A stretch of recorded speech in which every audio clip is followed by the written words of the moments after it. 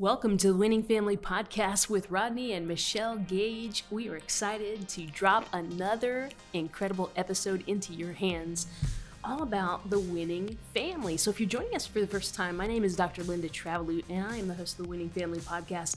We are super excited to be talking about how to teach your kids to be leaders today. So you're going to get a boatload of incredible information to create some world changers, right, guys? Yes. Right. To create some world That's what changers. it's all about, raising up the next generation. That's right. That's right. So before we get too far into it, we want to let you guys know that we would love to have you rate and subscribe to the podcast. That'll help us immensely. And then, too, I'm going to give you a little tiny treasure at the end of this podcast. I'm going to tell you how you can get your hands on Rodney Gage's new book called The Double Win, and also an opportunity to be involved in their mentoring program for free. So stay tuned, okay? So now let's dive in. This is going to be a great topic: how to teach your kids to be leaders. Wow. Right. That is a loaded question and a loaded topic, but one that is very, very important. And I think, quite frankly, one that probably has not been talked about or demonstrated enough at home. Yeah. And so that's the reason why I really wanted to spend some time talking about, because I feel like when we hear the word leadership, we see that as, oh, that's corporate, that we hear that, we talk about that a lot in the workplace and corporate leadership and so on and so forth. And then we'd hear a lot about leadership when it comes to sports, and winning teams, that are, this quarterback who's this amazing leader of this. And then you have, all of these images about what a leader is or what a leader's supposed to be, and or someone who's just maybe an overachiever in a certain way, and they're suddenly labeled as this, they're a leader because they're this overachiever. And that might mean that they're just highly skilled, right. Super smart, intellectual, all of these wonderful attributes, which certainly can be forms of leadership or can be used in arenas of leadership, but doesn't necessarily mean somebody is a leader. Right. And so, and I know because of what you do, Dr. Linda, you also work with probably the guru of all gurus in the corporate arena, especially even among church leaders and faith-based organizations, with John Maxwell through the Maxwell Organization. You're one of his coaches. And so, you see this all the time. It's your world. It's your area of expertise. But I'd like to ask you, how much in your coaching and working with corporate clients do you talk about leadership in the home? It comes up probably more than you would think. Wow. It That's does. good. That's encouraging. Yeah. That's the type of coach you are, which is great. Yeah, I'm You going to see find a way in. Yeah, I'm going you to find a see way in. way Yeah. beyond. Yeah, because the work environment does touch the personal lives, the family environment, and it all kind of meshes together, and one impacts the other. Right. And when you consider the idea of leadership, it's really, as we know, influence, right? As my buddy John says, John Maxwell's famous for saying, leadership is not about position or title, which I think is what you were referring to. It's about influence. So teaching our kids to be influential, Right. not in the sense of they have this big social media following, or they've got a gazillion friends, or they're the most popular kid in the class, but influence to stand up for what's right, influence to lead in a way that might go against the flow. Right. That's an incredible honor as a parent, I think, Yeah. to mold your child to become that. Wow. Yes. Yeah. That's huge. And the need is overwhelming, Yes. because, man, if our kids ever needed to be set up for success and equipped to lead so they can influence their peers, influence their generation, make their mark, and the Bible likens it to salt and light, as metaphors. How can we be brighter light and saltier salt, like I like to say, or how can we love better and shine brighter in our spheres of influence? So whether that's in the classroom or on the ball field or on the debate team or on the cheerleading squad or the band or take your your arena, your space. We have an opportunity to make make an impact by influencing those around us. And leadership, as we also know, can be used in a negative way because it's influence. Yeah. So it can be negative, it can be destructive, it can be toxic. And so we've all been around that, and that's no fun to be around either. So, and then you hear so many things, when it comes to decisions that are made, from, maybe the CEO of a major company, and, all of a sudden the company goes crashing down because of a lack of integrity or this or that. Even in the church world, you hear that a lot of times. And so I think one of the things that's really, really important to help children understand, there's a difference between being a skilled leader and possessing the qualities of a leader, which really is character development. Yes. Because you can be the sharpest, smartest, fastest, whatever, in the skills. But if you're lacking the character, that character formation, then all of that other stuff, eventually doesn't necessarily matter. Right.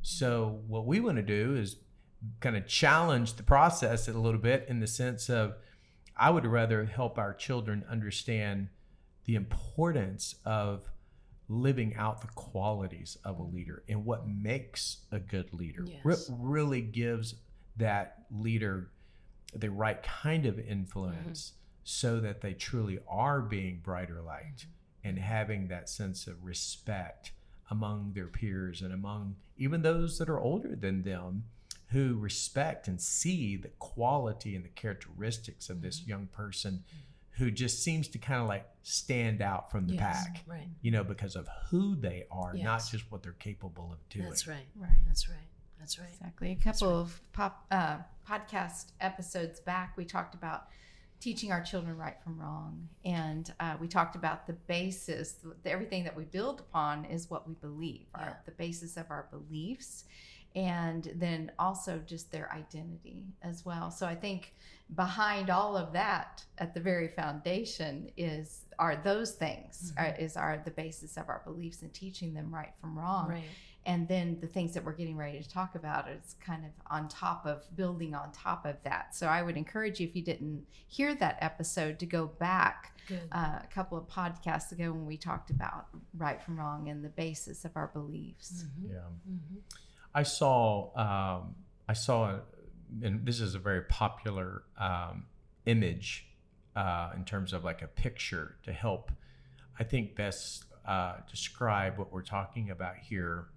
But it's the analogy or the picture of an iceberg, where I think it's only like roughly around 10% of the iceberg is visually noticeable or seen by the eye. Right. What you don't see is the mass, literally probably close to 90% of the overall structure of that iceberg is beneath the surface.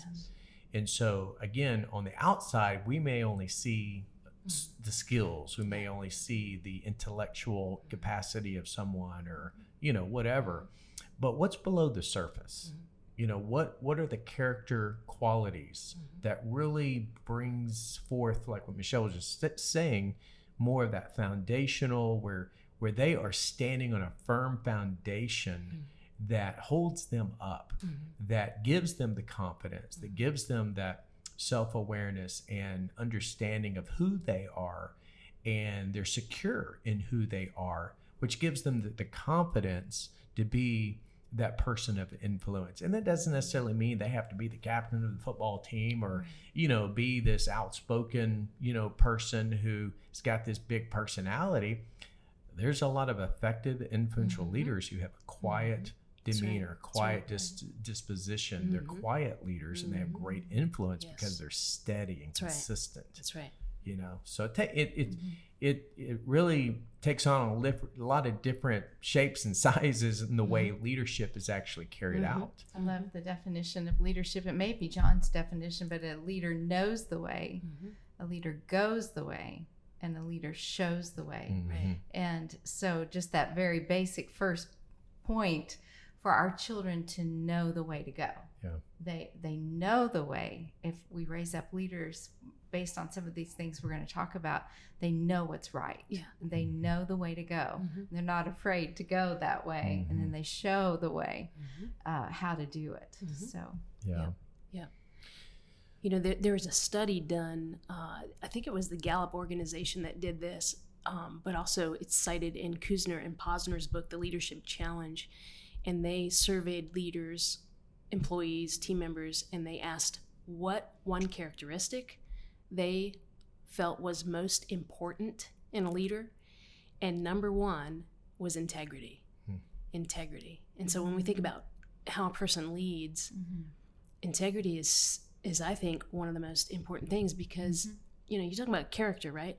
A person of character is not going to be swayed, and that whole idea of having integrity comes from being solid, right? You don't sway back and forth, and you know what is right from wrong, and that allows other people to trust you, that you're always going to be consistent and on, you know, there's no guessing, right? You're going to be the same in public as you are in private. Exactly. You're going to be whole, and that's where that word comes from. Integer, that's whole, right? But I think, you know, I get this question a lot from leaders that I coach and train. They say, well, how do you develop confidence as a leader?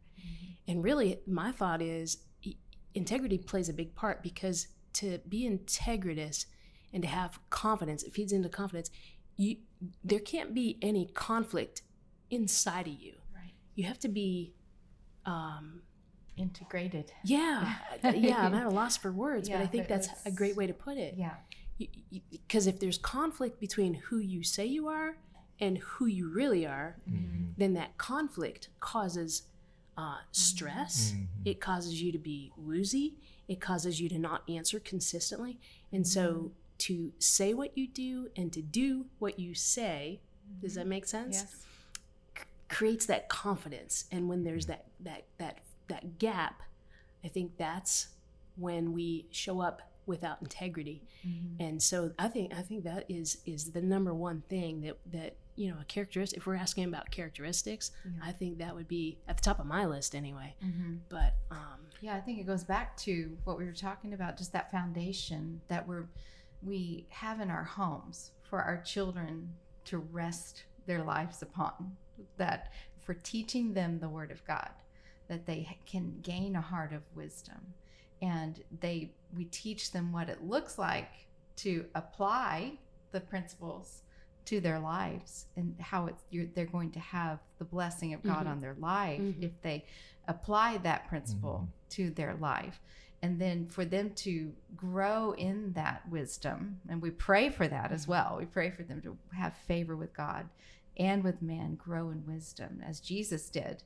And that integrated life then there's not a conflict. It's like, this is who I am. It comes back to their identity. Yes. They have a source of their belief, and that building on top of that is their identity. And they can be a person of integrity when they have that core foundation in their life. And of course, that's easier said than done, and it's brick upon brick as we help our children build their lives. Yeah. Well, I would love just to break it down, because I think we all understand, you know, the importance of it. I think we all understand that there's a void, you know, that is missing in our society and our culture when it comes to, you know, true, real, you know, leadership, when it comes to the integrity, the character side, the qualities, if you will, those characteristics of leadership. But, you know, how do we help our kids? What can we teach them? If there were, you know, some steps that parents could take to help nurture and, you know, guide their children to become leaders. I think that's where maybe a lot of parents are trying to gain a better understanding, you know, of what that looks like and how that works. So what would you say to that, Michelle? Well, I think I already said their identity, you know, where their identity comes from. teaching them that they are a son or a daughter of the King of Kings. They are the child of God, and we talked before, they're his masterpiece. They're created with a unique thumbprint, and the thumbprint of God is on their life. And they are so special and given to the world for such a time as this. Just teaching our children and speaking life into them, being their greatest cheerleader is, they need it. They're getting drained. There's lots and lots of withdrawals in their life. So for us to be depositing into their life daily, intentionally, speaking life into them, helping them understand their true worth and value, I think is one of the greatest gifts we can give them, because the culture and the world society is going to pull down on that. Right. Yeah. Right. I think what runs parallel to the identity issues, the self-image issue, and that also speaks to the confidence issue that you were talking about a while ago. I feel like a lot of parents today, what I'm hearing is because there's so much, like the bullies, there's a lot of bullying that's taking place. The kids today are so mean, so vicious, the name calling, the text messaging, the stuff that these kids do to their friends publicly, calling out, the way somebody's appearance is, or, whatever. They're so destructive. Well, that, a kid will come home from, basically, as Michelle just said, all the withdrawals have been beat up verbally or emotionally, from all of the things that, the fiery arrows that they've taken. They come home and they're completely distraught. And so they're going into their bedroom, slamming the door, and they just want to be alone. A lot of it is just they're so beaten down and afraid and discouraged. Well, at the end of the day, they're listening to all those voices and those negative voices and those lies in their mind. They're beginning to internalize that, and those lies are beginning to become truth. And they suddenly begin to internalize it, like, well, I must be that way, I must look like that. And and now they're feeling like that.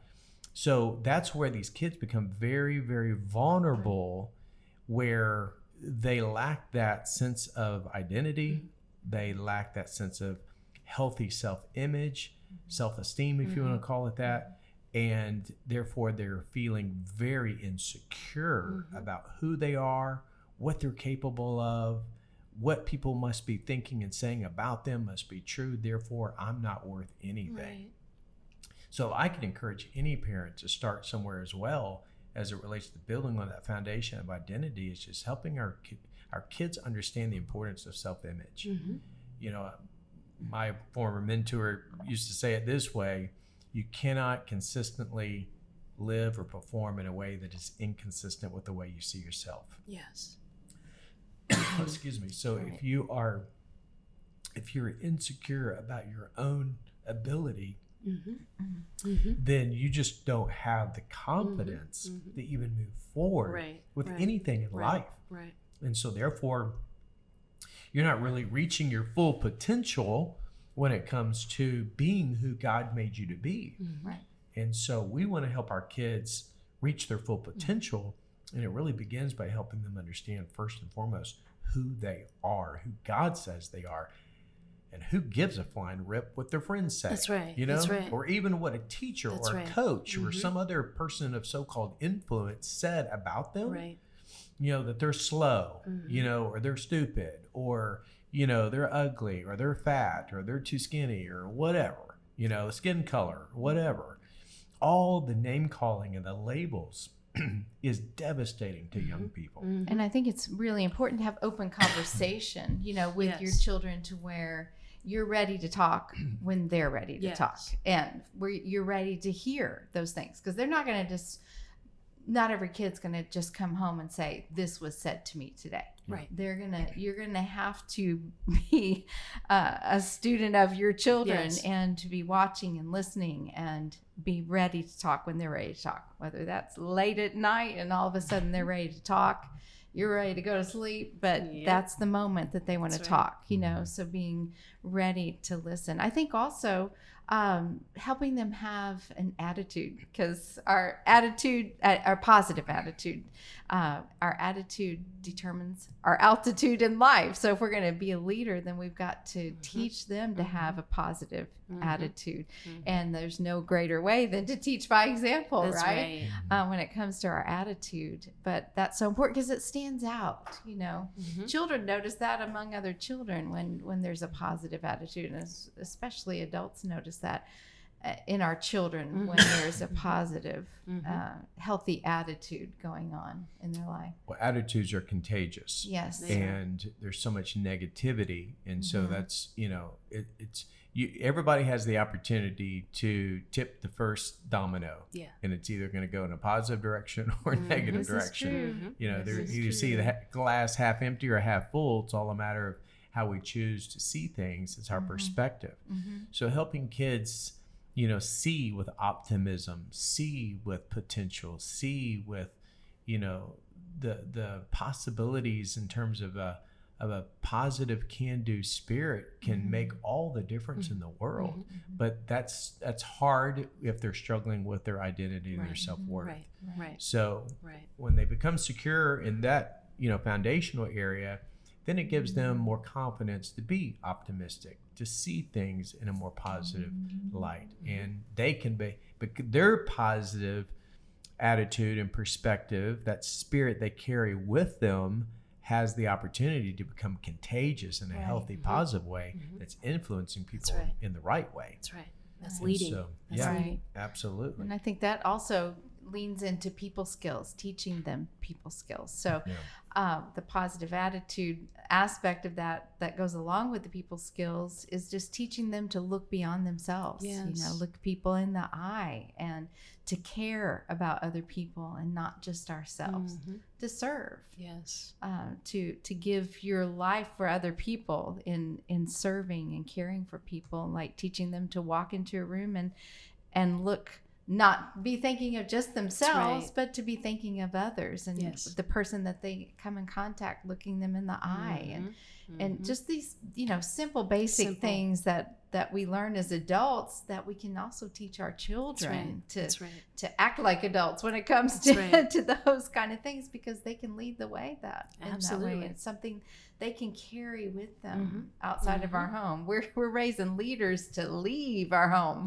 you know, to go out and impact the world. Well, studies have even been done through the years too, why a lot of people are fired or they lose their jobs in the corporate arena or even in a small business. You know, they may get a job and then they end up losing it. And it wasn't because of their lack of competency or their skills. A lot of it was just because of either poor people skills or bad attitude. You know? And so, you know, you got to learn how to get along with people, how to connect with people, how to engage, you know, and that comes when you have a good, healthy self-image, you know, and you have a positive can-do spirit. Well, that becomes a part of a posture and a demeanor that allows you to be attractive, where people want to be around you. They want to get to know you because they like you, because of the way that you are carrying yourself as someone of confidence, not with arrogance, but because you're secure in that. It allows them to do what Michelle was just talking about, and that's putting the focus on other people. If all the focus is around you, that ought to be a red flag that, hey, there's some insecurity there. You're trying to draw unnecessary, unneeded attention to yourself. But when you're others focused and others centered, you become more of that servant leader. Now all of a sudden we're mimicking the kind of leadership who was the greatest leader of all time, was Jesus. He came to serve, not to be served. So again, these are things that we can coach, we can help guide, we can help really just impart to our kids as we develop those leadership qualities and characteristics. Be intentional, make it a priority for sure. Absolutely. I think giving them vision, big vision, you know, exposing them to big things, and showing them that they can do it. Mm-hmm. You know, if this person could do it, then you can do it. So That's right. just giving them a big vision. We went to a conference recently, and there was a pastor that was speaking about a dream that he had. He was standing on a platform, and when he looked down, he had people out in front of him. He was speaking, and when he looked down on the platform, he noticed he really wasn't standing on the platform. There was a hole in the platform, and he was standing on the shoulders of his Father. And so he said, you know, if I can see further and I can see dream bigger, it's because of the shoulders that I'm standing on. And I think teaching our children our legacy, our heritage, but helping them to have big vision is huge, and helping them to become leaders that they can believe in, that they can do anything because they can, you know, with their determination and with God's help. My dad gave me on my 16th birthday a book called The Magic of Thinking Big. I have that book too. Yeah, sports. Awesome. Yep. And I'll never forget, my dad used to say, "Yep, son," he said, "little thinkers are big stinkers." He said, "You got to think big, go big." But that was something he did for me. He gave me great exposure to big. He wanted me just to see what was out there, what could be, the possibilities. The sky's the limit. Absolutely. You know? And so, you know, that gives energy, gives excitement, it gives passion, it gives, you know, a sense of purpose that you're, you know, obviously our greater purpose is making a difference for the Lord, having the greatest impact with our lives as we possibly can to make an eternal impact. But with that, it's at the end of the day, and this is a heck of a lot easier to say than it is to actually live. But I heard someone once say, and this is so true, the single hardest person to lead is who? Yourself. It's yourself. It's you. So true. And if you can't lead yourself, then how can we effectively lead others? Yeah. So that's where helping starts with making your bed, huh? Yeah. Okay. Brushing your teeth. Isn't there a book about that? There is. But just that, those are just, again, these are character qualities. These are habits, disciplines that we teach our children to start building into their lives at the earliest possible age. Right. And that way we can set them up for success in their journey of growing and ultimately reaching their full potential. Yes. Being the best version of themselves they can possibly be. Absolutely. So absolutely. That's our goal. That's our responsibility as parents to be able to help our kids by setting them up for success so they can be the effective leaders that God has called them to be, made them to be, and ultimately for their generation, they can impact their generation and influence them in a way that ultimately will have an eternal impact. Absolutely. Absolutely.